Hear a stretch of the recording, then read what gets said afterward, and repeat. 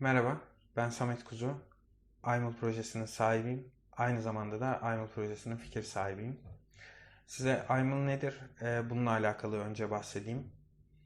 iMul bizim sokak hayvanlarına yardım amacıyla, daha doğrusu sokak hayvanlarına barınaklar ve dernekler üzerinden yardım etmek amacıyla kurduğumuz ekosistemin genel adı. Yani bu ekosistemin içinde neler var? Bu ekosistemin içinde evcil hayvan sahipleri var. Bu ekosistemin içinde barınaklar var, dernekler var, pet shoplar var, veterinerler var. Petle alakalı, evcil hayvanlarla alakalı hizmet aldığınız veya ürün satın aldığınız her şey var. Nasıl peki biz barınak ve derneklere yardım edebiliyoruz? Öncelikle sizin zaten hali hazırda, daha doğrusu evcil hayvan sahiplerinin zaten hali hazırda yapmış oldukları alışverişlerden hiçbir ek ücret ödemeden ekosisteme yaptıkları katkılarıyla bunu sağlayabiliyoruz. Peki nasıl katkı sağlıyorsunuz?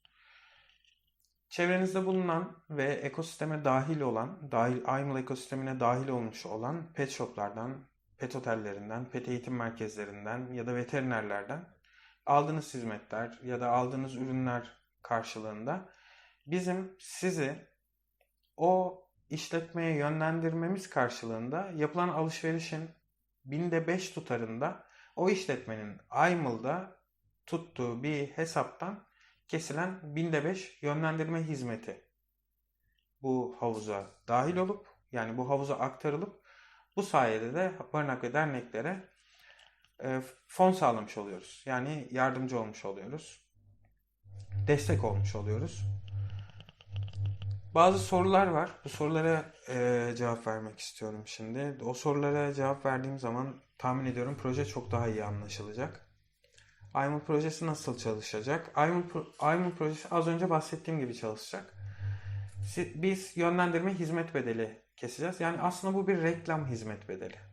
Yani biz bu pet shop'a ya da pet eğitim merkezine, bir pet oteline ya da bir veterinere bir kişiyi yönlendirdiğimizde, bir evcil hayvan sahibini yönlendirdiğimizde ve o kişi orada alışveriş yaptığında biz binde 5 o alışveriş tutarının binde 5'i oranında bir bedeli iMul havuzuna aktaracağız. Onun bizim bu hizmet karşılığında, yani bu hizmeti ona verebilmemiz için tuttuğu bir cüzdanın içinde.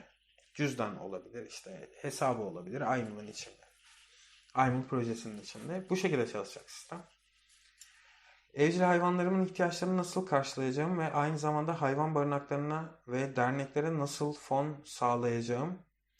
Evcil hayvanlarınızın ihtiyaçlarını iMul projesi içerisinden tabii ki karşılayamayacaksınız ama iMul ekosistemine dahil olan bir işletmeden siz alışveriş yaptığınız ya da hizmet aldığınız sürece hayvan barınaklarına ve derneklere de dolaylı yoldan fon sağlamış olacaksınız. Yani proje gelirlerinin tam olarak hangi kısımları hayvanlara yardım için ayrılacak?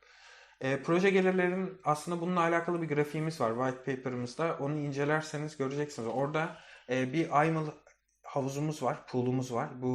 Burada B&B tutuyoruz. Bu iMul pool'un içinden %30'u barınak ve derneklere yardım amaçlı. Yani onların kapasitelerini arttırmak, inovatif çalışmalarına destek olmak amaçlı aktarılıyor. %50'si iMul token likiditesi olarak ayrılıyor ve %20'si de şirket işletim giderleri olarak ayrılıyor. iMul token likiditesini neden tutuyoruz? Belki bunu, yani neden bir token üzerinden yürüyor bu sistem? Bunu anlatayım. Yani siz bunun adına, biz token diyoruz. Blockchain tabanlı olduğu için siz ödül diyebilirsiniz, şey diyebilirsiniz ama bir değeri olacak. Karşısında bir BNB olarak bir değeri olacak. Bunu sağlayabilmemiz için de BNB likidite tutmamız gerekiyor. Şimdi bunu neden yapıyoruz? Neden iMul token var? Şimdi bazen sokak hayvanlarına yardım edebilmek için hayvan sevgisinin yetmediği bir kitle de var. Yani tamam, biz hayvan sevgisiyle hayvanları olan işte şefkat duygumuzla onlara yardım ediyoruz. Ama bir de hiçbir şey karşılığında onlara yardım etmeyen, yani bir şey almadan bir şey vermeyen bir kitlemiz de var. Yargılamak için söylemiyorum. Bu bir şeydir yani, e, hayatın içinde olan bir şey yani. Bazı insanlar öyledir, bazı insanlar öyledir. Kimseyi yargılayamayız. Yani şey yapamayız. İşte onun için de biz alışverişlerden tam binde 5 kesinti yapıyoruz. IML havuzuna aktarıyoruz, BNB havuzuna, ama onlara da bir şey vermeyiz ve IML token'ı, onların da alışverişinin belli bir oranında IML token'ı onların IML cüzdanlarına aktarıyoruz. Ve bu IML'ın değerini de, IML token'ın değerini de likidite havuzu belirliyor. Yani orada IML token'ın ortaya çıkması, yani projenin IML token üzerinde dönme sebebi de bu. Proje gelirlerinin tam olarak hangi kısımları hayvanlara yardım için ayrılacak? O dediğim havuzdan, IML havuzundan %30'luk bir bölüm hayvanlar derneklerine ve barınakların kapasitelerini, yetersiz gelen barınakların kapasitelerini arttırmak için, inovatif çalışmalarına destek olmak için ayrılacak. İnovatif çalışmalar nasıl? Biz belli bir komisyondan geçen çalışmalara daha sonrasında takip etmek. Yani projelerin takipçisi olarak yardımda bulunacağız. Daha doğrusu havuz içinden bu inovatif çalışmaları destekleyeceğiz. Bağış yapmak istiyorum, ancak bu projeye nasıl katılabilirim ve bağışlarım nasıl büyüyecek? Şunu kesinlikle belirtmek istiyorum. Bizim projemiz bir bağış projesi değil. Yani hiçbir şekilde bağış yapamazsınız. Bir hayvan derneğine bizim projemiz üzerinden bağış yapamazsınız. Ya da bize bağış yapamazsınız. Bağış kesinlikle kabul eden bir proje değil. Biz bu ekosistemin, o kadar büyük bir ekosistem ki, biz bu ekosistemin bağış olmadan da kendi iç dinamikleriyle destekleyeceğini biliyoruz. Yani çok büyük bir, normal şu anki pet sektöründen bahsediyorum. Evcil hayvan sektöründen bahsediyorum. Bu evcil hayvan sektöründeki bu pazarın büyüklüğü sokaktaki hayvana, her şeye, yani her şeye yeter. Bağışa gerçekten gerek yok. İşte biz bu ekosistemi bu yüzden oluşturduk zaten. Ve kesinlikle şeffaflık.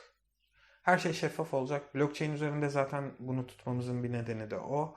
Barınakların, derneklerin, yapılan bütün işlemlerin, her şeyin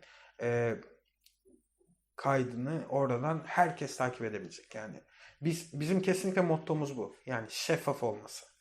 Kesinlikle hiçbir şeyin gizli, saklı ya da işte sözde şeyde olmaması yani. Her şey oraya yazılacak ve oradan bütün kullanıcılar, herkese açık bir şekilde oradan ne transfer olmuş, ne kadar işlem havuza girmiş. Bunlar istenirse detaylı olarak doğrulama mekanizmaları da yapmayı planlıyoruz. İşte pet shoplarda yapılan alışverişleri pet shoplar doğrulayabilir, pet otelleri doğrulayabilir ve orada havuza aktarılan tutarın, fonun her zaman sağlaması yapılabilir. Kullanıcılar da alışveriş yapan kullanıcılar da bu onay mekanizmasına da dahil olabilir. Yalnız dediğim gibi, yani biz bu projede tamamen bir şeffaflık planlıyoruz.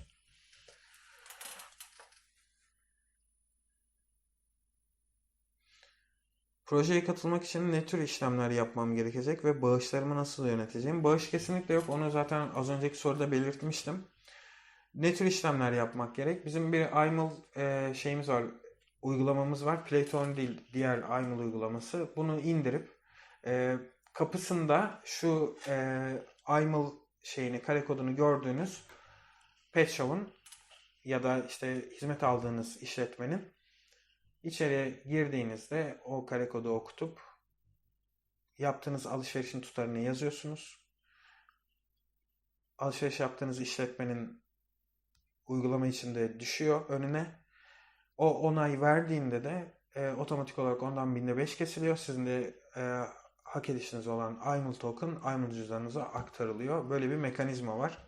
Web sitesi üzerinden üye olup dahil olabilirsiniz sisteme. Projeye katılmak için herhangi bir üyelik veya hesap oluşturmak gerekiyor mu? Yani üyelik hesabı oluşturup projeye katılabiliyorsunuz. Oraya cüzdanınızı bağlamanız gerekiyor. Hangi cüzdanı kullanıyorsanız, MetaMask ya da işte diğer cüzdanlardan birini bağlayıp kullanabilirsiniz. Hayvan barınaklarına ve hayvan derneklerine sağlanacak fonlar nasıl dağıtılacak? Orada bizim bir grafiğimiz var, white paper'ımızda. Burada belirtmiştik hepsini. Oradan da onu da inceleyebilirsiniz detaylı olarak. %30'u, yani pool'da toplanan fonun %30'u derneklere ve barınaklara bağışlanacak.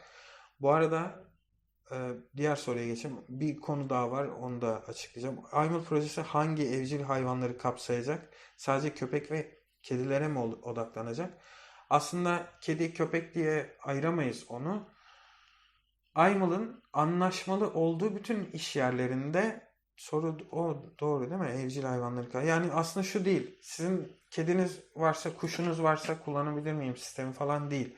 Yani eğer IMAL anlaşmalı bir iş yerinden alışveriş yapıyorsanız hiçbir şeyiniz olmasına da gerek yok. Yani arkadaşınıza bir tasma alacaksınızdır.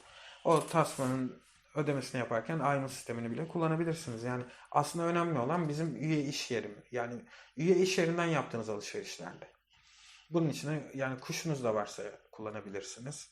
Her şeyi, balığınız da varsa kullanabilirsiniz. Akvaryum hobiniz varsa. Projeye katılmak için herhangi bir minimum bağış miktarı var mı? Dediğim gibi yani bağış yok kesinlikle. Yani biz bir bağış mekanizması, bağış sistemi değiliz. IMAL projesinin hayvan barınakları ve derneklerle nasıl işbirliği yapacağını anlatabilir misiniz? Az önce zaten söyleyeceğim soru bununla da alakalı. Yani alakası ama onu da açıklayayım o konuyu da. Mesela diyelim ki sokak hayvanlarının sorun olarak görülmediği ülkeler var. Biz sokak hayvanları sorunu demiyoruz zaten. Yani sokak hayvanları sorunu değil bu. Sokak hayvanı şeyinden baktığınızda da insan sorunu mu var onlar içinde? Yani biz sokak hayvanı sorunu demiyoruz ama sokak hayvanlarının insanlar için sorun olduğu ülkeler diyoruz, bölgeler, yerler diyoruz. Bunun sorun olmadığı ülkeler de var. Yani Avrupa'da birçok ülkede sokak hayvanı böyle bir kavram da yok. Yani böyle bir kavramın olmadığı ülkeler var. Buralardan üye olan kullanıcılar da tabii ki oradaki pet shoplar, pet eğitim merkezleri, pet otelleri sisteme dahil olabiliyorlar. Ve evcil hayvan sahibi oradaki yaptığı alışverişlerden kesilmesi gereken şeyin bu binde beşlik yönlendirme hizmet bedelinin hangi ülkenin barınaklarına ve derneklerine yani hangi ülkeye gönderilmesi, iletilmesi gerektiğini seçebiliyor. Bunu ülke üyelik aşamasında seçiyor. Öyle bir şey var. Öyle bir mekanizma var. Derneklere ve barınaklara nasıl şey yapacağız, yardımcı olacağız? İnovatif çalışmalarını destekleyeceğiz. Biz barınakları açmayacağız ama tespit ettiğimiz kapasite sorunu olan barınaklara tabii ki talep gelirse destek olacağız ve kapasitelerin arttırılması konusunda yardımcı olacağız. Biz sokak köpeklerini hiçbir zaman işte barınaklara kapatalım demiyoruz. Eğitim vererek, bu alanda inovatif çalışmalar yaparak onları sahiplendirmek. Tabii ki eğitim verirken onların sokakta sokakta kazandıkları edinimleri, yetenekleri köreltmeden, yani yine o ekosistemin içinde var olabilecekleri şekilde var olmalarını sağlayacak düzeyde eğitim vererek onların e, onların doğru bir ifade kullanmak istiyorum da burada sorun olmaktan insanlar için yani onları sorun olarak gören insanlar için sorun olmaktan çıkarmak istiyoruz. Öyle söyleyeyim. Öyle ifade edeyim. Tabii ki önce saldırganlığı bildirilen köpekler ya da kediler üzerinden. Tabii ki karga da olabilir. Yani bizim çalışma alanımız içine bütün hayvanlar giriyor. Sokakta yaşayan ne kadar hayvan varsa sokaklarda gördüğümüz. Bunların hepsi giriyor. Her şey olabilir. Yani bu konularda biz inovatif çalışmalar yapacağız. Yaptığımız çalışmalar var. Neler yapabiliriz? Bunların üzerine çalıştık. Bu konuda önce saldırganlığı bildirilen hayvanlardan başlayarak eğitim verebildiklerimize eğitim verip eğitim veremediklerimiz belli bir yaşın üzerinde olan ya da eğitimi veremiyoruz. Yani hiçbir şekilde bunları da barınaklara alıp oralarda sosyalleşmelerini sağlamak. Yani amacımız bu. Tabii ki sahiplendirmek birçoğunu eğitim verdikten sonra IMAL tasmalandırma çalışmaları yürütebilmek projeye başladıktan sonra. Eğer başarılı olabilirsek daha sonrasında tekrar farklı hedeflediğimiz ülkeler var. Oralarda da projeyi hayata geçirmek. Yani bütün şeyimiz bu, planımız. Barınak ve derneklere de şöyle, orası yarım kalmasın. Mesela o ülke için toplanmış olan havuzdan aktarılması gereken %30'luk dilimin eşit olarak kapasitelerine göre eşit olarak dağıtılması. Yani oradaki şey.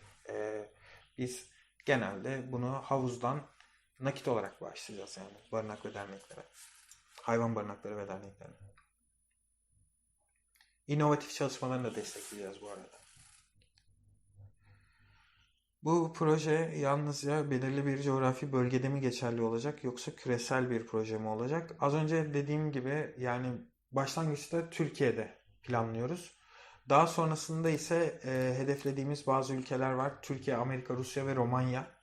Bu sırayla yani Amerika, Rusya ve Romanya'da da hayata geçireceğiz projeyi. Ama önce bizim Türkiye'de başarılı olmamız gerekiyor.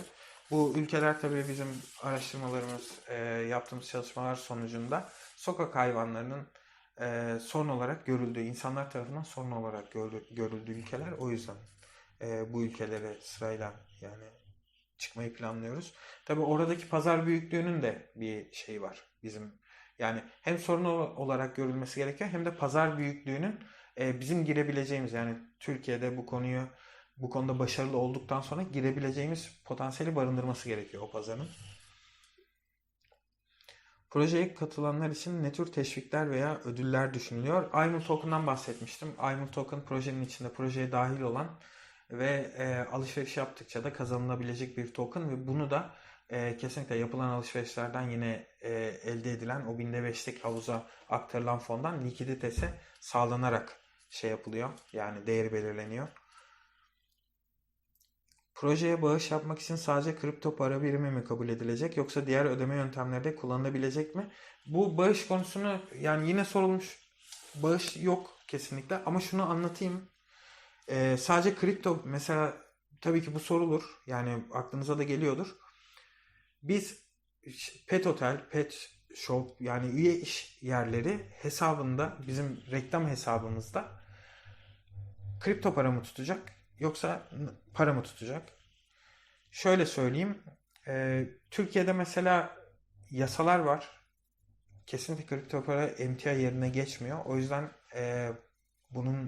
buna müsaade edilmeyen ülkelerde biz nakit ödeme alıp BNB havuzunu besleyeceğiz. Yani BNB'ye biz transfer edeceğiz. Zaten her şey şeffaf olacak ve görülecek de. Yani bunları siz görebileceksiniz. Hangi şeyde tabii isimleri direkt olarak açıklamadan hangi cüzdanda ne kadar olduğu ve bunun ne kadarı havuza aktarıldığı, hangi şartlarda aktarıldığı, o anki aktarıldığı durumdaki işte BNB fiyatı falan filan bunların hepsini takip edebileceksiniz.